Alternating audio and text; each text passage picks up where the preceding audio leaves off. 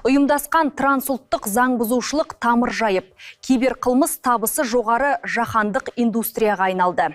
Орталық Азия, Қытай форматындағы елдердің ішкі істер және қоғамдық қауіпсіздік министрлерін қабылдаған президент осылай деп өңірдегі тұрақтылық мәселесін көтерді.